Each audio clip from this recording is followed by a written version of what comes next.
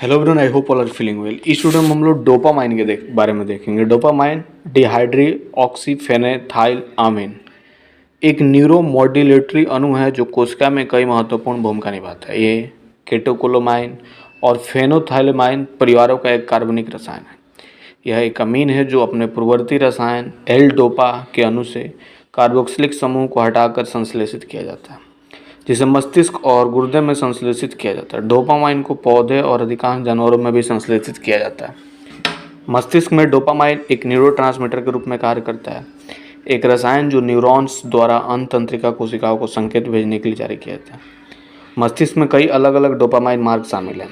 अनमस्तिष्क dopamine मार्ग motor नियंत्रण और विभिन्न हार्मोनों की रिहाई को नियंत्रित करने में शामिल है। ये मार्ग और कोशिका समूह एक डोपामाइन प्रणाली बनाते हैं जो न्यूरोमॉड्यूलेटरी है। लोकप्रिय संस्कृति और मीडिया में डोपामाइन को अक्सर आनंद के मुख्य रसायन के रूप में चित्रित किया गया, लेकिन फार्माकोलॉजी में वर्तमान में राय है कि डोपामाइन इसके बजाय प्रेरक प्रमुखता प्रदान करता है। दूसरे शब्दों में, डोपामाइन एक परिणाम की कथित प्रेरक प्रमुखता का संकेत देता है, जो बदले में जीव के व्यवहार को उसको परिणाम को प्राप्त करने की ओर या उससे दूर ले जाता है। केंद्रीय तंत्रिका तंत्र के बाहर डोपामाइन मुख्य रूप से स्थानीय पैराफ्रेकाइन संदेशवाहक के रूप में कार्य करता है। रक्त वाहिकाओं में यह नॉरिपेनेफ्रेन रिलीज को रोकता है और वासेडिलेटर के रूप में कार्य करता है। गुर्दे में यह सोडियम उत्सर्जन और मूत्र उत्पादन को बढ़ाता है।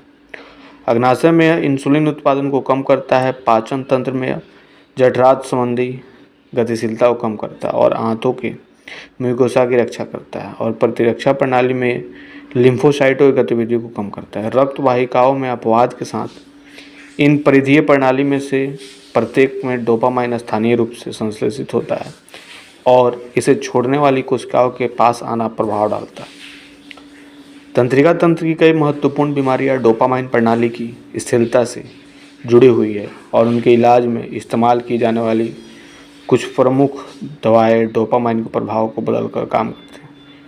पार्किंसन रोग एक अपेक्षाई स्थिति जो कंपन और मोटर हानि का कारण बनती है। मिड ब्रेन के एक क्षेत्र में डोपामाइन स्रावित न्यूरॉन्स की हानि के कारण होती है, जिसे सब्सटेंसिया नाइग्रा कहा जाता है। इसके चयापचय अग्रदूत का निर्माण किया जा सकता है। लेवाडोपा का शुद्ध रूप पार्किंसन के लिए सबसे व्यापक रूप में इस्तेमाल किए जाने वाला उपचार है। इस बात का प्रमाण है कि सिजोफ्रेनिया में डोपामाइन गतिविधि के परिवर्तित स्तर शामिल है और इसका इलाज करने के लिए उपयोग की जाने वाली अधिकांश एंटीसाइकोटिक दवाएं डोपामाइन विरोधी है।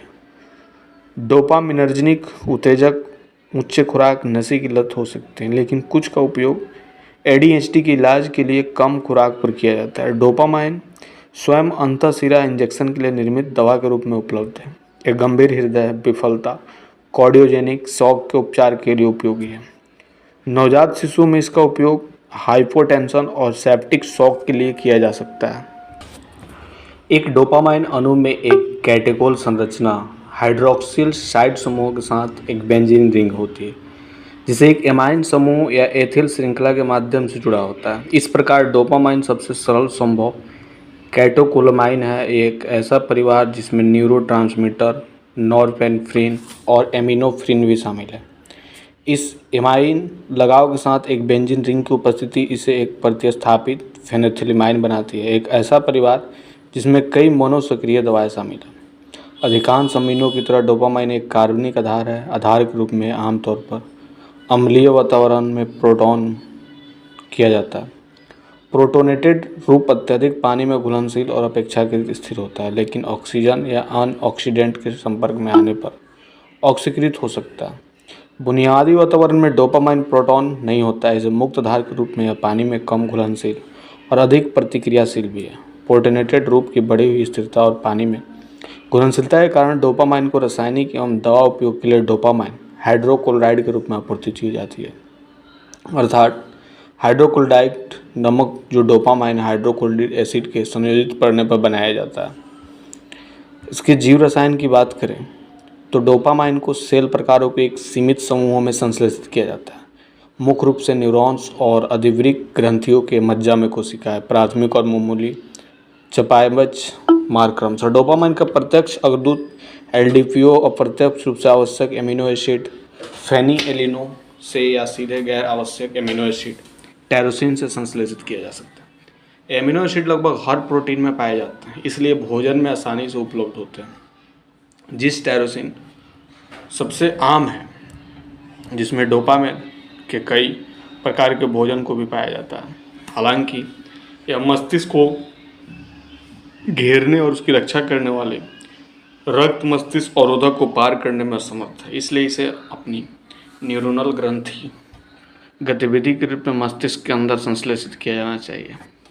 एनफिलिन को एनफेलिन हाइड्रोक्सिन एंजाइम द्वारा एल टेरोसिन में परिवर्तित किया जाता है, जिसमें आणविक ऑक्सीजन O2 टेट्रा हाइड्रोबायोपेप्टिन सहायक के रूप में कम होते हैं। डोपामाइन स्वयं न्यूरोट्रांसमीटर नॉरपेनेफ्रिन और एमिनोफ्रिन के संरक्षण में अग्रदूत के रूप में उपयोग किया जाता है। डोपामाइन को एंजाइम डोपामाइन हाइड्रोक्साइड द्वारा नॉरपेनेफ्रिन में परिवर्तित किया जाता है, जिसमें O2 सहायक के रूप में काम होते हैं। डोपामाइन को एंजाइमों के एक समूह द्वारा निष्क्रिय मेटाबोलाइट्स में तोड़ा जाता है, जिसे मोनो ऑक्सीडेज एमओ केटोस ओ मिथाइल ट्रांसफेरेज कोमेट इत्यादि बनते हैं। हालांकि डोपामाइन को आमतौर पर ऑक्सीडोरेक्स एंजाइम द्वारा तोड़ा जाता है, लेकिन यह ऑक्सीजन के साथ सीधी प्रतिक्रिया द्वारा ऑक्सीकरण के लिए भी अति संवेदनशील होता है, जिसमें उत्पादों के रूप में क्विनोन और विभिन्न मुक्त कण प्राप्त होते हैं। ऑक्सीकरण की दर फेरिक आयरन अन्य कारकों की उपस्थिति से बढ़ सकती है। डोपामाइन को ऑटो ऑक्सीडेशन द्वारा उत्पादित क्विनोन मुक्त कण कोशिकाओं को विषाक्त कर सकते हैं, और ये इस बात के प्रमाण है कि यह तंत्र पार्किंसंस रोग और अन्य स्थितियों में होने वाले कोशिका हानि में योगदान दे सकता है।